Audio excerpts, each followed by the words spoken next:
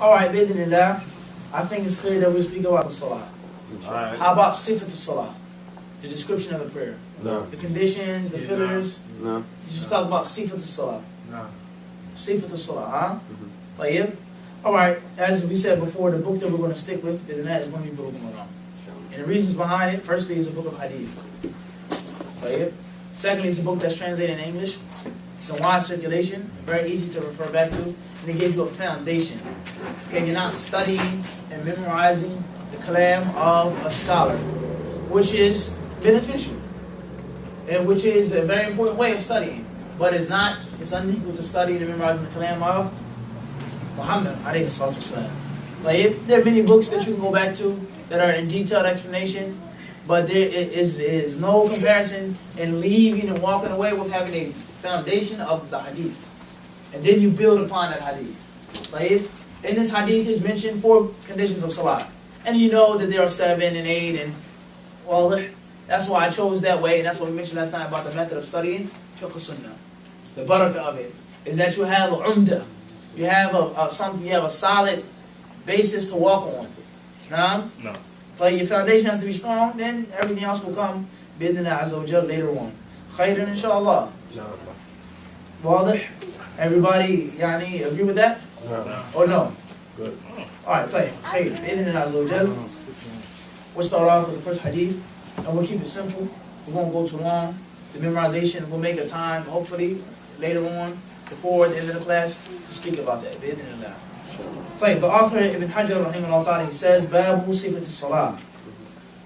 عن أبي هريرة رضي الله عنه أن النبي صلى الله عليه وسلم قال: إذا قمت إلى الصلاة فأسبغ الوضوء ثم استقبل القبلة وكبر ثم اقرأ ما تيسر معك من القرآن ثم اركع حتى تطمئن راكعا ثم ارفع حتى تعتدل قائما ثم اسجد حتى تطمئن ساجدا ثم ارفع حتى تطمئن جالسا ثم اسجد حتى تطمئن ساجدا ثم افعل ذلك في صلاتك كلها.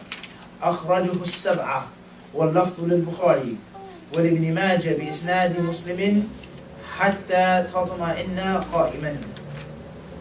طيب, one more thing perhaps what we'll do is, now this is what we're going to do now. 2 days out of the week, one day we're going to study Salah, Sifat al-Salah from a Book of Fiqh. And one day, we're going to do Sifat al-Salah from the Book of Hadith. That way, inshallah, we can combine between the best of both worlds, as they say. Tayyib? One day, we'll study it.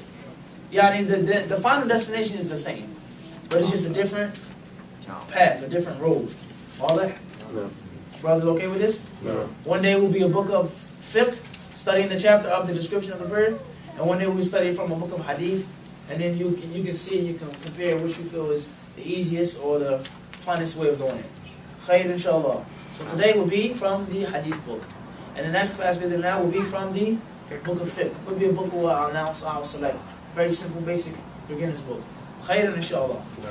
طيب, the author, Imam Ibn Hajar al-Asqalani, rahimahullah, he says, narrated Abu Hurairah radiyallahu anhu, the Prophet sallallahu alaihi wasallam, he said, whenever you stand towards the salah, whenever you intend to pray, then perfect your wudu. Then face the qibla. Then say Allahu Akbar. Then read whatever you have the ability to read and recite from the Quran. Then make ruku', bow down until you become at ease and at rest in ruku'. Then come up from ruku' until you stand straight. Then make sujood, go into prostration until you feel at ease and at rest in your sujood. Then come out of sujood until you feel at rest while sitting. Then prostrate until you feel at rest in your prostration. Then do all of this in every prayer that you make. Then do this in your entire prayer. The hadith is collected by the 7, and the wording belongs to Al-Bukhari. There's another version of Ibn Majah with a chain of narration of Imam Muslim that says, until you are still and at rest while standing. Once again, we'll read the hadith again. عن أبي هريرة رضي الله عنه أن النبي صلى الله عليه وسلم قال إذا قمت إلى الصلاة فأسبغ الوضوء ثم استقبل القبلة فكبر ثم اقرأ ما تيسر معك من القرآن ثم اركع حتى تطمئن راكعا ثم ارفع حتى تعتدل قائما ثم اسجد حتى تطمئن ساجدا ثم ارفع حتى تطمئن جالسا ثم اسجد حتى تطمئن ساجدا ثم افعل ذلك في صلاتك كلها. أخرجه السبعة ولفظ البخاري ولابن ماجه بإسناد مسلم حتى تطمئن قائما.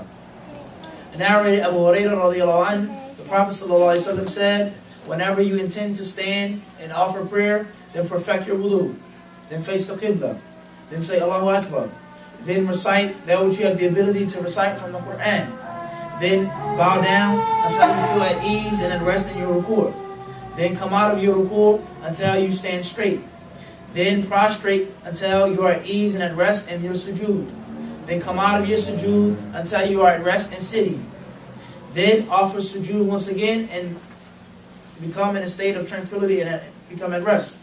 Then do all of this in all of your prayers. The hadith is collected by the 7. The wording belongs to Al-Bukhari. There's another version of Ibn Majah with a chain of Imam Muslim until you feel at rest whilst standing. Khayr, inshallah. This hadith is totally authentic hadith. It's agreed upon by Al-Bukhari and Muslim, and it's collected by many others. One of the main benefits that we can get from this hadith, firstly, is what? Is a description of the prayer. A general outline of the salah. And this hadith in brief is the hadith which is known as what? It is the hadith of al-musi salatahu, of the one who prayed bad or badly or poorly, the one who did not offer the salah in the correct manner. We know that a man came into the masjid and he gave salams to the Prophet and his companions, and he offered prayer. And then when he finished his prayer, the Prophet ﷺ, he said to him, "Irji' fasalli fa innaka lam tusalli." He said, "Go back and offer prayer again because you didn't pray." So he did it a second time, and the same thing the Prophet ﷺ said to him, and the third time, until the point he says, وَالَّذِي بَعَثَكَ بِالْحَقِّ لَا أُحْسِنُ غَيْرَ هَذَا فَعَلِّمْنِي. He says, "I swear by the one who sent you with the truth, O Allah." He swear, the one who sent you with the truth, O Messenger of Allah. I don't know, I can't do anything better than this, so please teach me. And then the Prophet ﷺ, he said to him, this hadith. When you intend to make salat, then do this, and do that, and do this, and do that. The man offered the salah, and he did it in a very poor manner. He did not perfect the prayer, he did not offer it correctly. So the Prophet ﷺ, he told him that you did not pray. He didn't say you prayed back, no, he said you did pray. So go back and do it again. They close and he said you did. This shows us the importance of learning the salah, sitting with the salah. That maybe you may not even have a prayer if you don't know how to pray correctly. You may think that you're praying correctly, but it may not be an actual prayer. Well, the Prophet says, "Go back and pray because you did not pray 3 times." And the man said, "I can't do better. I can't do anything better." So the Prophet he told him this. And this, in brief, ikhwan, is one of the sciences of hadith, which is called ilmu asbab wurud al-hadith, the science of the stories behind the hadith. Just as we have the science of the Quran, why this verse was sent down, why that verse was sent down, this story, this companion, this battle, this military expedition, the man divorced his wife, the man did this, the woman she did that, the Prophet he said this, and Allah sent down the verse. Right? We all understand this? And we know that those reasons help us understand the verse. When we know why the verse was sent down, it helps us to understand what the verse means and intends. Similarly, or just, this is the same case of the hadith. When we know the story behind that hadith, then it aids us in understanding what is intended by the hadith. Because if you just read this hadith, and then if you don't know the Prophet said this to a man who prayed 3 times, you can't get the full benefit. Is this not the case? No. He said this to a specific person for a specific reason. So this aids us. If you don't know sifat al-salah, the way the Prophet prayed, pay close attention. Not Imam Fulan or Sheikh Fulan. Okay? This is muhim jiddan. Not Imam Fulan and Sheikh Fulan. If you don't know how Muhammad ibn Abdullah alayhi salatu wasalam offered the prayer, you may not have prayer. And if you don't have any prayer, then may Allah help you on Yawm al-Qiyamah. Naam? Tayyib. Khairan, inshallah. So this is why this hadith was reported, okay? The man, he prayed, he did a poor job, the Prophet, he said this to them. So let's deal with the first point. Follow Mustafa. What page is that in the book? Bulugh al-Maram, which version do you have? My page, I have 73. This is a very old copy. I don't know if it'll match up. I have That's 61. the Salam. I have 61. Yeah, this is So what is Babu Salah? Like so what is Salah? 77. The marriage of prayer. Tayyib. Mustafa. So we know that this man was doing the physical movements. He prayed. It was equivalent to him like missing it. The Prophet said he didn't pray. It's like you missed it. You didn't pray at all. Exactly. That's what I'm saying. That how deep it is. Like No. you get like a visual of it. You're moving, but you didn't even pray. Exactly. You better off just not saying that at all. But it's like you. So this shows us, Ikhwan, that Scary, man. one of the most important points of this is that the condition of the deed being accepted is that it has to be done according to the sunnah of the Rasul alayhi salatu wasalam. No matter how much you tire yourself and exhaust yourself, if it's not according to the way of the Rasul sallallahu alaihi wasallam, it's not going to be accepted by Allah. Okay? Alright, now let's do the first one of the hadith. Now we're talking about sifatul salah. So this hadith is a basic skeleton of the salah. Okay? A basic blueprint outline of the prayer. Now, this hadith you must understand. The first point is the hadith is totally authentic. The second point is an extremely important hadith. This is one of the cornerstones of this entire chapter. When we talk about sifatul salah and the books of fiqh, this is one of the most important texts because it gives us a good outline of the prayer. Okay, now we want to keep it simple. Firstly, in this hadith, we find the obligation. إِذَا قُمْتَ إِلَى الصَّلَاةِ. We find, not the obligation, but we find from the way of offering prayer is to do what? To stand. That's the first point. Then he says, فَأَسْبِغِ الْوُضُوء. He says, and perfect your wudu. So in this hadith, that which is apparent is that wudu is, perfecting wudu is what? Wajib. Wajib. Tayyib. Now, is wudu, perfecting the wudu? There's two types of perfecting wudu. One perfection is perfecting the bare necessities of it. That's wajib. And another type of perfecting wudu is doing it 3 times, going extra past the elbow, above the ankle, to the shin, using the miswak, saying Bismillah, saying the dua afterwards, so on and so forth. That's a different type of perfection of wudu, which we know is highly recommended. But this hadith, it proves that perfecting wudu is what? Wajib. Wajib. As we explained last night. Because he says, فَأَصْبِرْ. He commanded him. He commanded him. The third point. He says, then face the qibla. We benefit from this hadith that facing the qibla in the salah is what? It's wajib. It's wajib. It's obligatory. Khayran. So we see this hadith is a very rich hadith.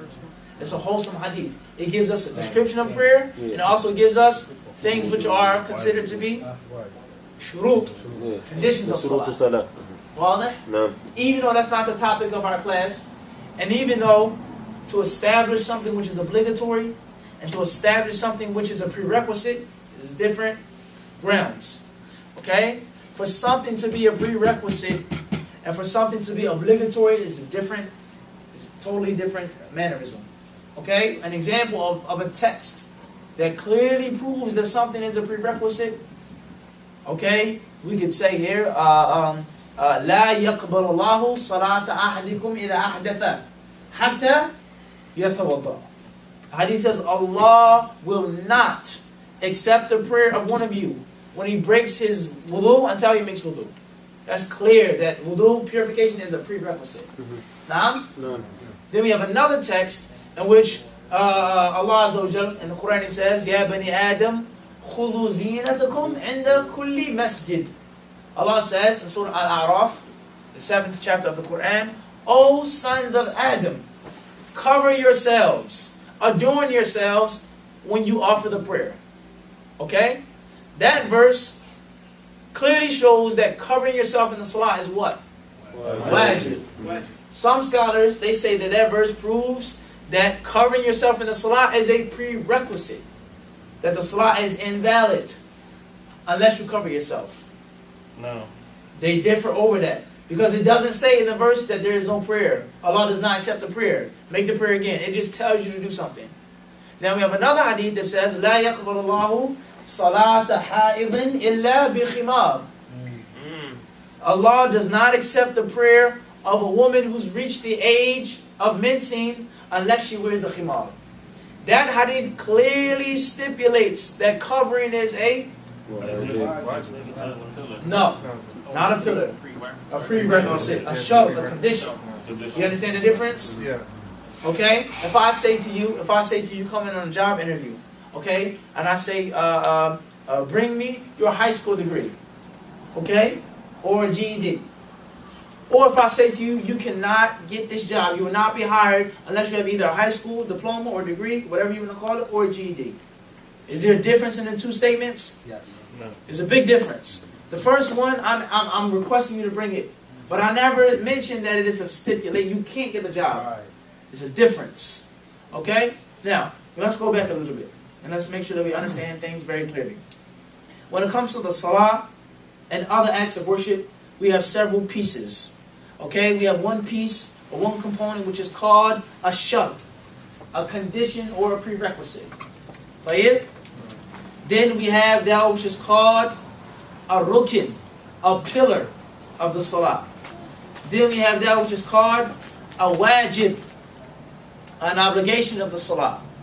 Then we have that which is called sunan, or sunnah, a recommended act of salah. Then we have that which is called makruhat, things which are disliked in the salah. And then we have mufsidat or mubtilat, things which nullify and render your salah null and void. Going back, we have condition. We have condition. Everyone stay with me. Stay with me. Depends are not important right now. Pay attention. We have condition. Then we have obligation. And we have condition, then we have pillar. Then we have obligation. Then we have recommended act, disliked act, something which nullifies your salah. Wadah? Pillar. No. Condition. Pillar. Obligation. Recommended. Disliked. Nullifier. Invalidator. Wadah? No. Okay. The topic of our class is to know what is the sifat to salah. How to pray. But we cannot clearly understand that unless we have a general idea of the things that come before the actual description. Well, everybody understand? Alright, now the question is, what do you, this question is for Shukri. When we talk about description of the Prophet's prayer, what do you think the description of the Prophet's prayer is closest to? Prerequisites, pillars, obligations, or recommended? So on and so forth. Prerequisite. What do you think, Abu Bakr? Prayer? فهمت السؤال? No. You understand the question? No. طيب لماذا أجبت؟ Why did you start answering if you didn't answer, if you didn't understand the question? لابد تفهم السؤال. جيد. بدأت في الجواب. No. صحيح؟ No, I'm trying. You started to answer the question, right? No. Just a little bit. معلش حبيبي. إن شاء الله. خليك معي طيب؟ لا طيب. طيب صفة الصلاة أقرب إلى الأركان أو الواجبات أو المكروهات أو المبطلات إلى آخره. What's صفة الصلاة is closest to what? What do you think? واجبات. واجبات. He said prerequisite. What do you think, Abu Zayd?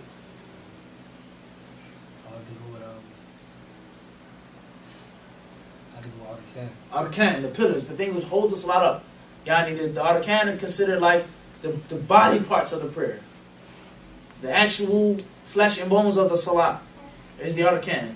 Let's make an example of this. What is an example? What is one of the prerequisites of the salah, according to what you know? Purification, to be pure. Jamil. Okay? Do you make purification in the middle of the prayer? Sent. You make it when? Before you have to keep that purification. So that before you get the job, you have to provide your GED. That is a prerequisite for the job. But that isn't the job. That's not the job description.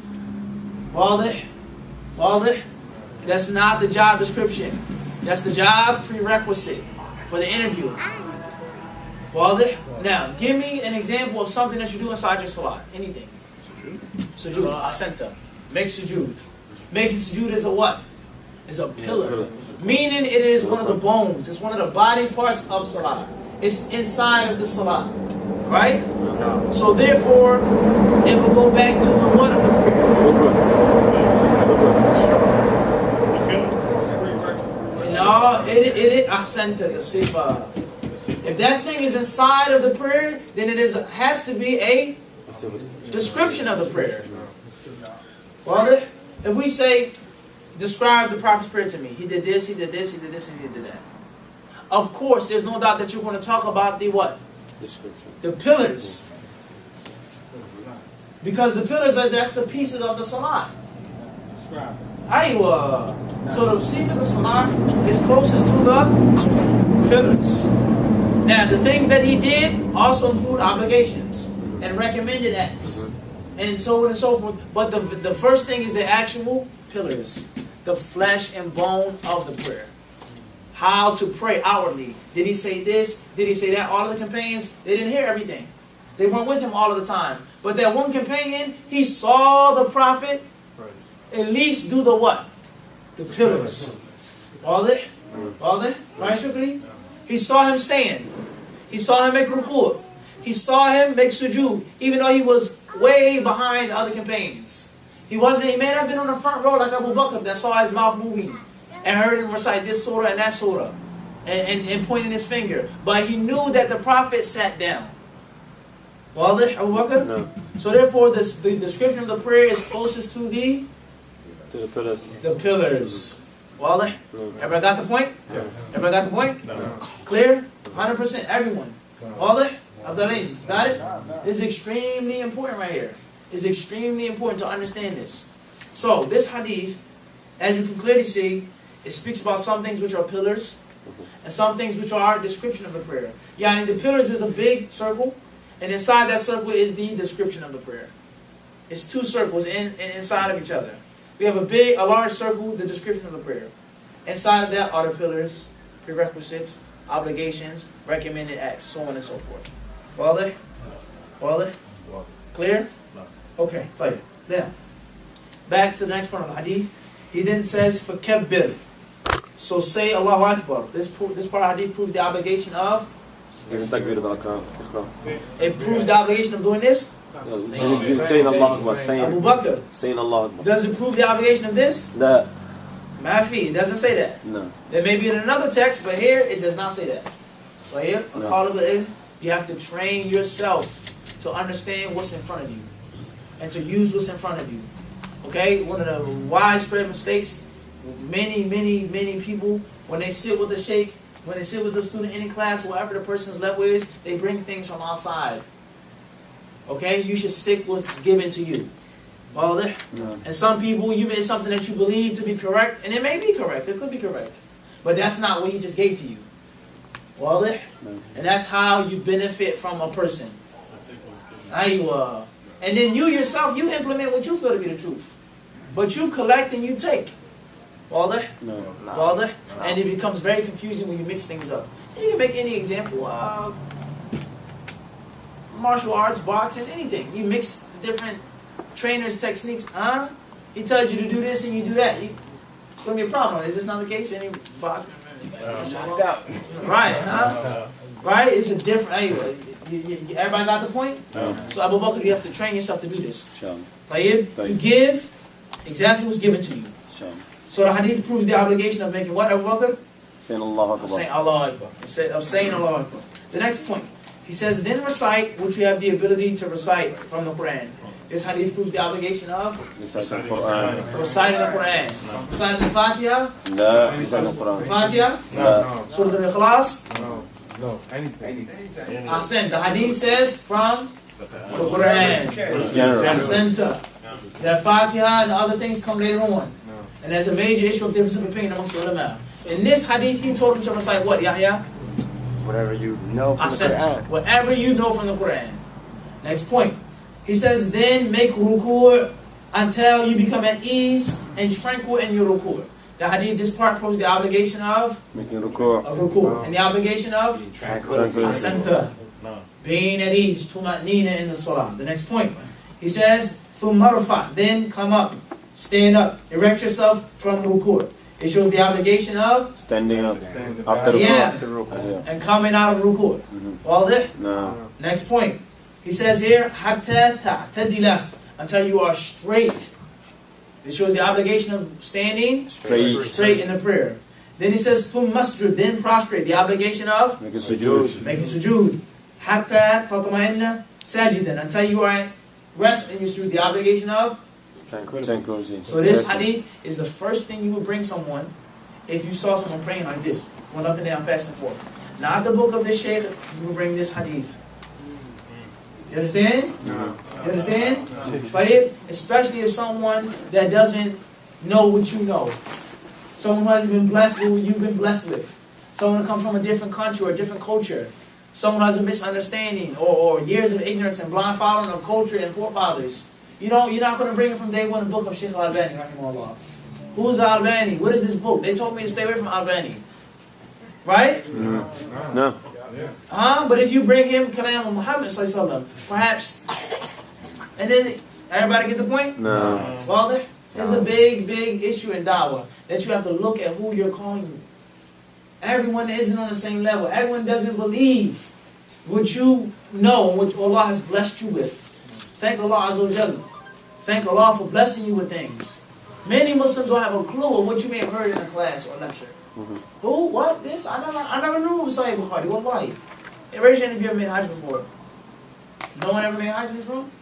Wait, if you make Hajj, you are going to meet all kinds of Muslims.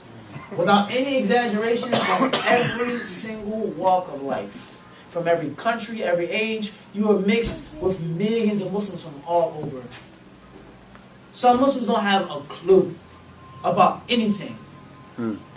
So if you want to call them to the haqq and call them to the sunnah, what is the first thing you should bring them? You should bring them something which is something that's agreed upon, a general premise. Not something that's later on that is different. This is the kalam of your prophet. That you have to be and still in your sujood. You have to relax in your sujood. Not, well, this sheikh, and we heard in this class, because he's first of all, who is this person? He may have been taught not to follow this. He's a Wahhabi. He's this, he's that. This is Muhammad sallallahu alaihi wasallam's kalam. Everybody get the point? No. This is important. This is from basira, having insight in da'wah. Is knowing who to call, how to call. Well, now, the next point he says here, then he says, mentioning the sujood again, he then says, if'al dhalika. He says, do this in all of your salah. This part of the hadith proves the obligation of doing all of the things in every single Salat. every rak'ah and every salah. That there's no difference between janazah, Jumu'ah, Eid, Witr, Dhuhr, Asr, Asanta. You generalized. Wadah? Now the other text, the other explanation, that's one thing. But in this hadith, he says, Fi salatika. Everybody get the point? You're sick, you're traveling, a woman, a man, to do everything in this hadith. Everybody got the point now? No. Wadah? Inshallah, hopefully you can taste some of the sweetness of fiqh sunnah. It's a sweet subject. And you see how the knowledge is broken down. And in degrees and it varies. And you can see how confused and mixed up and jumbled up you become when you just throw knowledge together. With yourself, let alone present it to someone else. Okay? You have to separate the different types, the different texts. This hadith says obligation. This hadith says recommendation. This opinion and so on and so forth. Wallah. Now, the hadith is collected by the seven. What's meant by the seven is Bukhari, Muslim, Abu Dawud, Tirmidhi, Nasa'i, Ibn Majah, and Imam Hakim. Imam Ahmad or Imam Malik? No. Imam Ahmad. No. How do you know Imam Ahmad or Imam Malik? How do you know, Mahdi? Abu Nassim? How do you know? That's what I remember. That's what you remember. No. Did you read the introduction to Bulugh al-Maram? Ever? Yeah, I have. I forgot it though. So you got the information from the introduction? No. Good. Mustafa, قرأت المقدمة? I just figured that Imam Ahmed.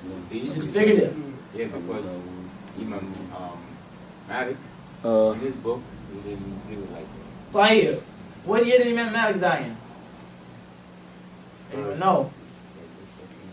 when we say manhaj salaf, ahlul sunnah wal jama'ah, ahlul hadith, how are we going to follow people we don't know who they were? Abdul Alim.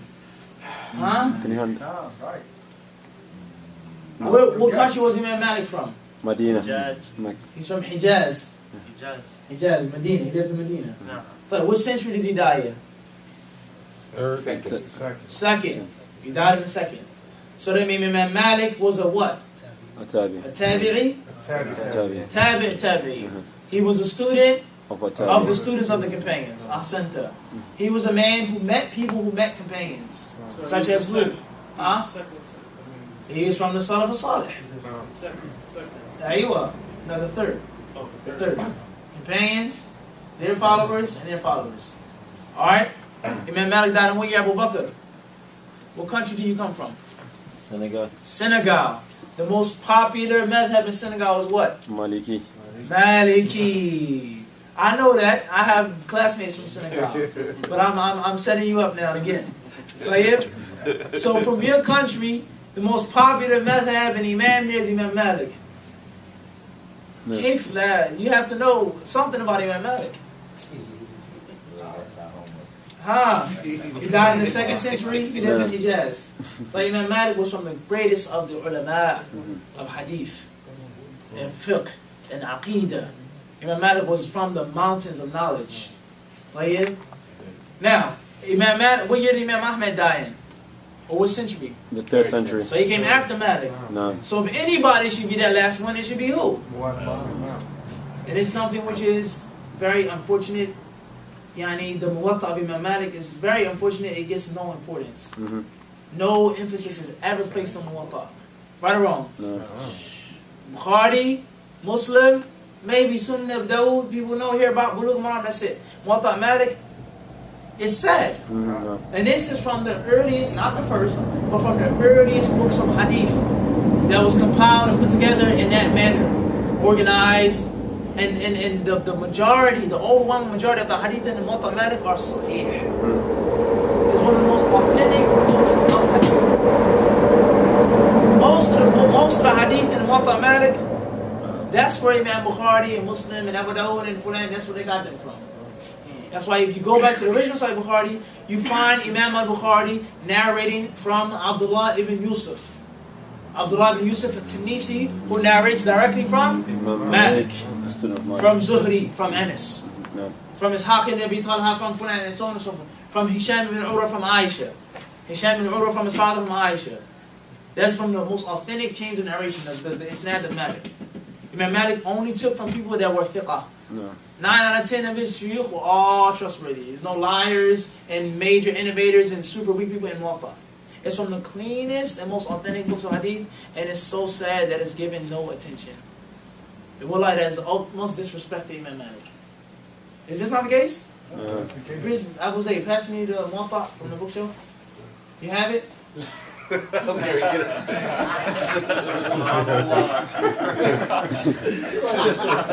Point proven, Tariq?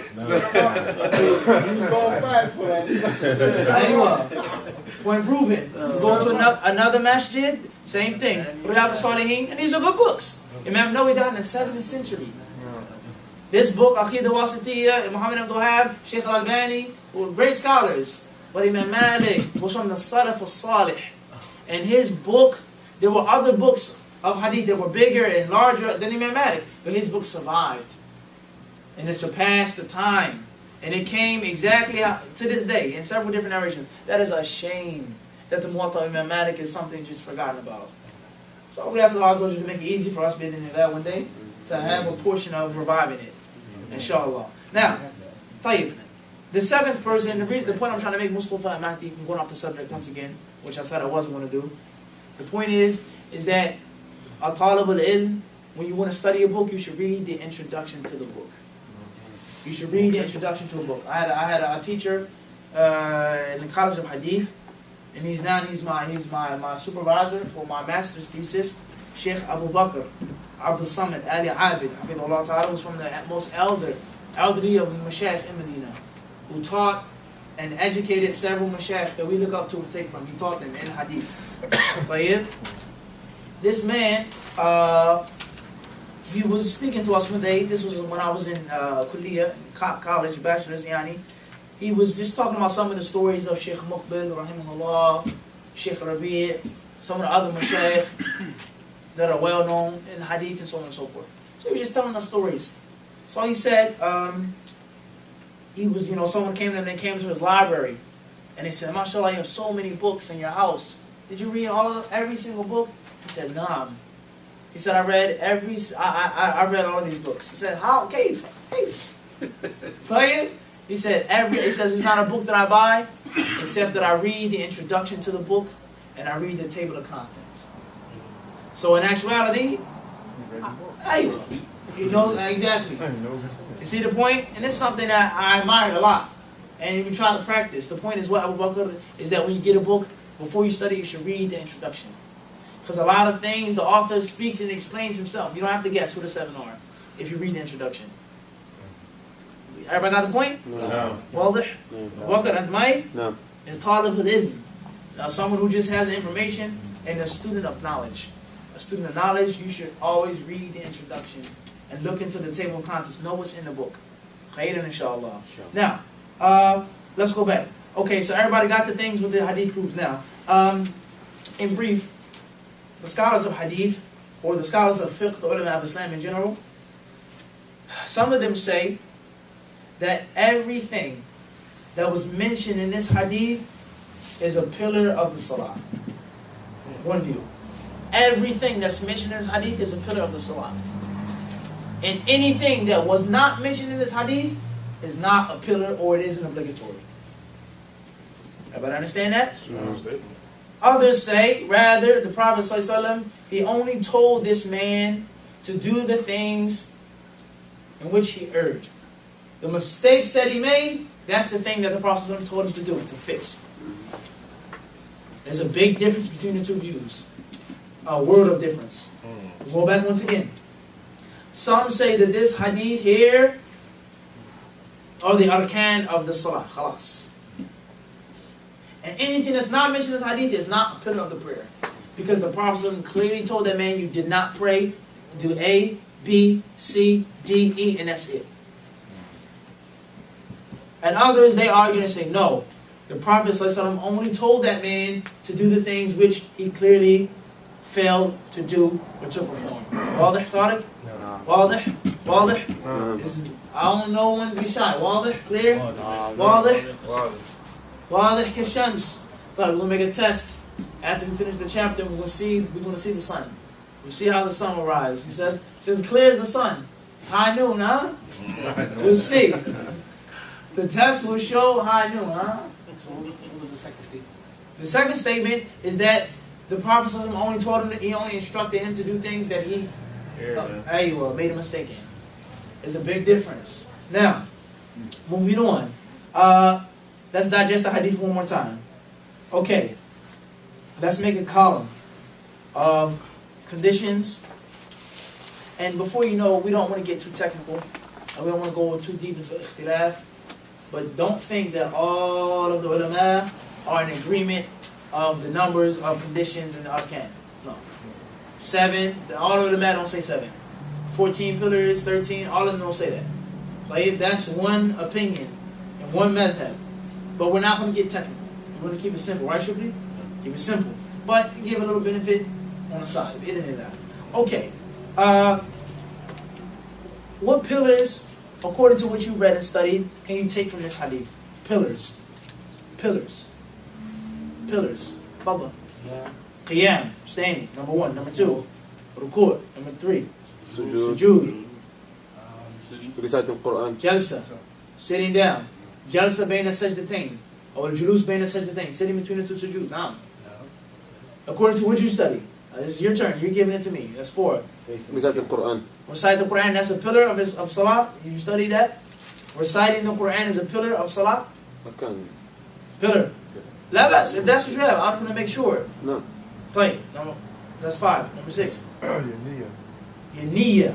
Intention. Niyyah. It's not mentioned, but you gotta come to it. No. A niyyah. You study that that's a pillar of salah? Yeah. No, I can't say that. Stuff. What book did you read that in? No. I say at home. What's the name of the book? I was just guessing. That the niyyah is a pillar of the prayer. Pay Nah, attention to the question. I take that back. Niyyah. A pillar or an obligation? Obligation. Fadl. I'm going over another pillar. Fadl. Qibla. Facing the Qibla. A pillar or prerequisite? Pillar. Pillar. Tayyib. Fadl. Anyone else? Khushu'. Pillar. If you study that, لا بأس جيبه. جيبه. ما في مشكلة. لا خشوع يعني. الخشوع ركن من أركان الصلاة. طيب. تفضل. Saying Allah Akbar. That's a pillar or a specific type of Allah Akbar. Takbir is a pillar of Salah. To say Allah Akbar. To say Allah Akbar is a pillar. To come in. Intabi. To be properly dressed. The first Allah Akbar. Intabi. I'm saying big. Oh, specific. Aywa. The same. Did you read in the book? And this is the point that we're trying to get more of just the class. We're trying to develop ourselves to study properly. Did you read in the book here in the lecture that saying Allahu Akbar is a pillar in the Salah or saying the first Allahu Akbar? There's a big difference. Like night and day. And your Salah being valid or invalid. Like night and day. The first one is called Takbiratul Ihram. That is not the same takbir as coming out of the ruku and going back down. It's a difference. Yeah, that's what I mean. The first Allah. It's a difference. Khair. Okay, anything else? This is very important. It's extremely important. Fadal. The area has to be clean. The area has to be clean. Where did you get that from the hadith? Abdul Ali? Oh, I'm sorry. That's something. Anything else, Mahdi? Abdurrahim? Coming up. Ar-raf'u min ar-ruku'. How many? We have 7 so far. And the comfort. At-tuma'nina ahsanta. Something that no one mentioned is to be tranquil, to be at ease. I said comfort. Farq kabir. Farq kabir. لا. Khushu' and tuma'nina are not the same thing. Yani, it could be a general similarity, but there is a difference. The general similarity is that when you offer the salah, you say Allah Akbar. Okay? You put your hands here, or here, or here, or here. That's a different issue. The reason why I said that is because they're recording it. They say, oh, he didn't put his hands on his chest, so that's a long issue of ikhtilaf amongst the ulama. Where should you place your hands? Al-Muhim is when you pray, you offer the prayer, you should be at ease. You should be mutma'in. And that's also similar to khushu'. But now we're talking about being mutma'in in every position. A farq. It's a farq. It's a big difference. We'll leave that because this is going to take us off the subject matter. Anything else? For the pillars of Islam, from the pillars of Salah in this hadith. Sujood. Okay, who can be a volunteer? Come to the front of the Musalla and give us a general description of the Prophet's prayer based off of this hadith only. Pay close attention. Based off of this hadith only. Fadal, come on. Based off of this hadith only. I want to be correct. Alright, I just want to be correct. So, I ain't embarrassed about being wrong. Pay attention. Everyone pay attention closely. Allahu Akbar.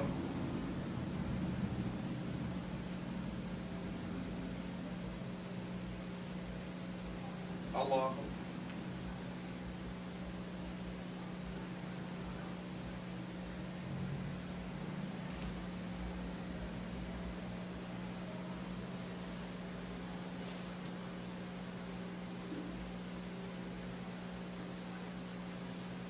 What your brothers think? He said another Allahu Akbar. I know I made a mistake. He said another Allahu Akbar. He said 2 Allahu Akbar. The hadith says how many? One. Just one. Yeah, So you start. But you like me to... Fine. Fine. Anything else? Anybody else have something? Right or left? Right. Abdul Shakur says he did it, raised his hands, and put his hands on his right hand. Please, Abdul Shakur, show us in the hadith where it says put your hands or raise them or put them on your chest. Does it say that in this hadith? In this hadith it says that? in this hadith. Maybe in another hadith, but in this hadith it doesn't say that. Nah. It didn't say that. Anything else? Anybody else? Talk. He didn't stand up He didn't stand up after he was finished with such after he was finished with such. It says in the hadith to be at stand and then finish to the end. Father, this should go. What we want to do is, like, Father. Let's say after you We say, when we say prayers, you see me pray, For him. didn't Rasulullah. Sorry, Salah. That's another hadith. Like, Abdul Shakur, me and you. It's me and you talking. Everyone in, they jumping on you. I know you know those brothers, they have personal, they have records with you that I don't know about. They have their own personal account with you. So hey, right, y'all here? Not just money, but just, you know Abdul Shakur, the time he bust on you, got you. It's me and you, okay? Tayyib? Now, the Prophet ﷺ raising his hands. Did he raise them with his palms facing the Qibla? Did he raise them like this? Did he touch his ears, his shoulders? All of those details. Did he put his right hand on his left on right? On his palms, wrists, forearm, elbows, chest, torso, whatever you want to call it, above the navel, beneath the navel? All of those details, they're fine. But they're not mentioned in this hadith. The Prophet ﷺ said, pray as you see me pray. Everything that he did in his prayer, we should do. And from that which he did in the prayer was raise his hands. No problem. But in this hadith, we're trying to train you to take the knowledge that's given to you and implement it. And steps and in stages. Well, only in this hadith. There's somebody that want to come later on. And then we get into the fiqh book when we explain it. It's going to be a little different than how the hadith is laid out first without the dalil. Like hadith in general, I think he did an excellent job. MashaAllah. He did pretty much. He said you weren't. Nah, I was you know you're going to be in serious trouble now. Yeah, you are. I was. Nah. He says that he wasn't mutma'in. He wasn't at rest. He wasn't tranquil in his salat. That point you can argue with. Now, Abu Zayd, you are requested. You bring us what is tuma'nina.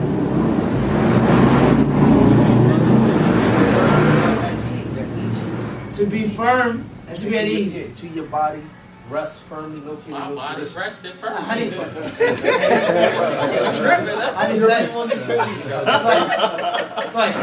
He says, Abu Nasreen, he says what? To be firm and at ease in every position. جميل ما في مشكلة. طيب كلام طيب. ما الدليل على هذا? What's the proof for that from the Sunnah? That explanation. That is what being at ease and at rest is. Not from this hadith. You see the ditch? No, خلي any hadith. He dug himself a ditch, Ibrahim, right? Father. Pass him the shovel. You did it, yeah, you did it. For him, if you say that he didn't make tuma'nina, he wasn't at ease, he wasn't at rest. Who said that what you say is right and what he says is right, except for the dalil? So let's ask the question. Maybe he has something. Do you have a hadith where the Prophet says in Sahih Bukhari, "Tuma'nina kada wa kada wa kada"? لا. ما عندك. فمن أين جئت هذا؟ يعني من رأسك أم من جيبك أم من شيخك أم من كتابك؟ يعني من شيخ إن شاء الله. من شيخك. كان الشيخ الألباني يعني. الشيخ الألباني. فإذا شخص رفع يعني. طيب. الشيخ الألباني رحمه الله ورضي عنه. طيب. So you're saying that he's wrong based off what Sheikh Albani said? لا. Illa. That's what he said. That's what he said. Right, Tariq? He did. Everything in reverse.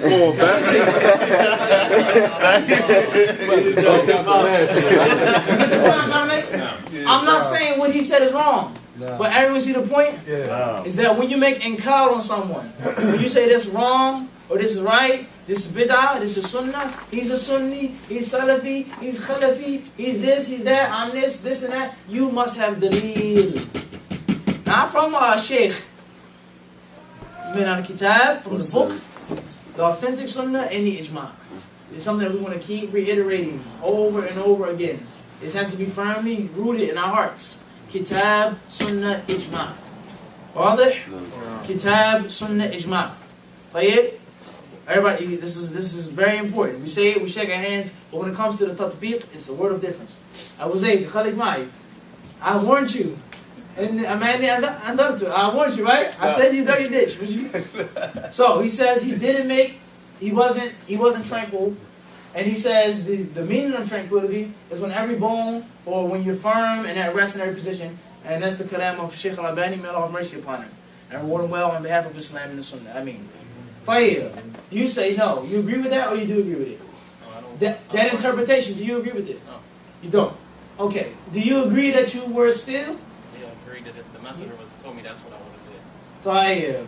So now, what's the proof now? What is Tumanina? Messenger told the man, didn't. Huh? I thought one madhab may say that you can count to 3. That's Tumanina. One madhab say that you just have to do the position and go to the next one. That's it. We need some dalil to see whose madhab is most correct. And if there is no clear, direct dalil, then we use that which seems rational. That which seems what? Rational. Okay? Don't misunderstand us when we say the dalil or those 3 things, that we don't use anything else strictly. If there's a statement of a scholar that doesn't go against the Quran or the Sunnah, there's no direct, clear proof of it, it seems to go with the Quran and Sunnah, we take it. It's not saying that we don't ever take the opinion or view of this scholar, this imam. No. But that's the dalil. Everything else comes secondarily. All that? No. Wait, so your homework is, Abu Zayd and Hanif, is to research the issue. I'm not saying is there a hadith, there's not a hadith, Shaykh Albani, this one. Research the issue. Go back to the sources that you have and find out, is there a hadith that states that what Tuma'nina is? Well, No. and try to find the statements of the other scholars. That's outside of the class. Oh, but in reference to the Western imam, And the hadith doesn't say what is Tuma'nina. he was directly. He says, be tranquil. So let me ask you guys a question. If we had no other hadith, no other, what would we explain tranquility with, Abdul Rahim? What would we say? What's the closest interpretation? I would say that I had to go to Fiqh al-Ulama. La, we want just off of this hadith. Based on the hadith? Aywa. Huh? Whatever that person is tranquil. What a person feels is tranquil. Because it is stating word in the English translation to remain in that position for a moment. What's a moment? Yeah, that's a moment. Aywa. I consider a second a moment, Yeah. and you can literally pray in a second and Take your time. But if you go to the original cause of the hadith, as we'll court, he told the man. The so man- I guess you would indicate from there that the man was actually being a little bit hasty from what's prepared. cave. You don't know what his hasty was though. La. I got it with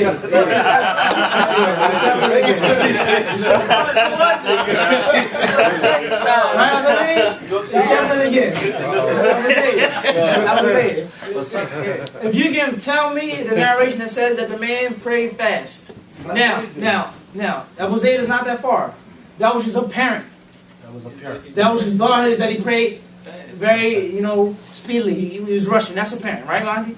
That's apparent. But can you be decisive and say for She didn't say that he played. Because you don't know if he made record or not. I sent. But that which is apparent is that he's right. So therefore, how about we go back to what? We could say, all right, and we're going to stop here on this issue. When Allah Azza wa Jalla says in the Quran, وَعَبُدُ اللَّهَ وَلَا تُشْرِكُوا بِهِ شَيْئًا وَبِالْوَالِدَيْنِ إِحْسَانًا إلى آخر الآية. In Surah An-Nisa, Allah Azza wa Jalla says, worship Allah and associate none with Him as partners in worship. Okay? And be good to your parents. وَبِالْوَالِدَيْنِ Be good to your 2 parents. How, or what is considered being good to your parents? Respect. Does that say that in the Quran? No. In that verse in Surah An-Nisa? No. There's a hadith that clarifies that, which a man was asked the Prophet sallallahu alaihi wasallam, which of my 2 parents of those have the most garnered the most respect? The Messenger of Allah says, Your mother? Your mother. Your mother. Aywa? Your mother. Your mother. Then your father. Jameel. So where is the explanation of that respect though? The explanation That's the point. Where is it at? There's another eye. Like, which is what? Hold on. You ready? Yeah, Your hand on the shovel again. This is good. Wallah, we went. I was able to dig 1,000. Yeah. طيب. طيب. إما يبلغن عندك الكبر أحدهما أو كلاهما فلا تقل لهما أف ولا تنهرهما عنهما وقل لهما قولا كريما. كريما واصل. واخفض لهما جناح الذل من من رحمتي. رحمتي وقل رب أحسنت. ارحمهما. Surah Al-Isra, يعني صغيرة. طيب, the 17th chapter of the Quran, Allah Azza wa Jal mentions in the verse of the what? What's the name of that verse? I'll let you off the hook for the rest of the night if you tell me the name of that verse. No, this verse It's mentions called- Kitab al-Tawheed is the ayat of the 10 instructions or the 18th instructions. What am I getting a little bit lost? Make review. You're Yeah, close, make review. but you're still a little 18, but sway your dust, right? Thought just a little. Just polish it, a little polish. Get him. Says he had been challenged. Now, play it. I'm a little fuzzy on the 10th Jamil, but 18th. Jamil. Ikhwan, the point I'm trying to make is what? And is that the only respect and benevolence to your mother? لا La, it's another verse, but no, la. It's not. Okay? I have my mother, I'm not going to say oof to her. I don't even speak oof. Right? Let's say a person says that's not my language, that word. So I can curse her out, call her any type of name, as long as I don't say oof. Someone may say that. Tayyib, I'll say a noble word to her. I'll make dua when they reach old age. But when they're young, I'll disrespect them. ولكن الله سوى وصاحبه Because point by point.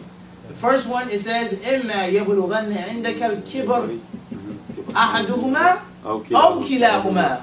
Allah says, if one of them or both of them reach old age with you. So does that mean you can disrespect them when they're younger? لا Someone may say, the verse says, old age. Right, Shukri? So he says, I'm just going to do what's in that verse. And in the other verse, وَصَاحِبَهُمَا طيب. Give them, treat them honorably. Jameel. That's all I'm going to do with my mother. She says, take out the trash. I'm not taking out the trash. If she says, buy me something from the store, no, I'm not buying, because it's not said in the Quran. Allah told me to treat you kindly, and that's all I know from kindness. Is this accepted? لا Why not? So what do we return to in understanding what kind treatment of your parent is? The sunnah. Sunnah. Does the sunnah speaking about buying your mother a rose? Taking out the trash? Buying her groceries? It doesn't. General. It means obey them in everything that doesn't go in opposition to the That's clear. That's text. We want something that's not mentioned in that. Fadl Tariq. I guess we will be honorable or dishonorable in your own. أحسنت هذا هو أحسن العرف هذا هو واضح؟ He, mashallah, he saved you. You have to buy him a drink later. You're going to buy a drink, inshallah. Right here? He saved you. Al-urf, the custom of the people. Allah Azza wa Jalla says, be kind to your neighbor. The Prophet says, be kind to your neighbor. Say something positive. It's not mentioning everything A to Z. So that was just customary. You open the door for her. If it's, a puddle, you take off your jacket, put it down, whatever the case may be. You do things in your custom, as long as it doesn't go against the Quran and the Sunnah.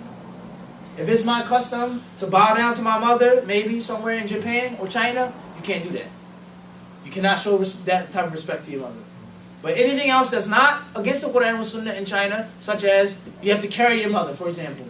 Let's say in Japan, you have to carry your mother on your back when you take her to the store. And she wants you to do that, you have to do that. Because in that custom, that's considered ihsan, respect and benevolence. Everybody got the point? No. Everybody got the point? No. As long as it doesn't go against the Kitab and the Sunnah. Okay? In the African American culture, it's respect to your mother to do what? Give her some money. Give her some money. There you go. I said. But there's no hadith specifically mentioned that you have to give this amount of money at this time. Everybody get the point? The only problem if that culture would be to give her money to do something illegal. Well, something that goes against the Kitab and Sunnah. And this is one of, brothers, al-qawaid al-kulliyah. Al-qawaid al-fiqhiyah al-kubra al-khams. One of the 5 major principles of fiqh. One of the 5 major principles of fiqh is what? Al-adatu muhakkama. The custom is predominant and takes precedence. The custom it takes rulings over other things. When something is mentioned generally in the Quran or Sunnah, the first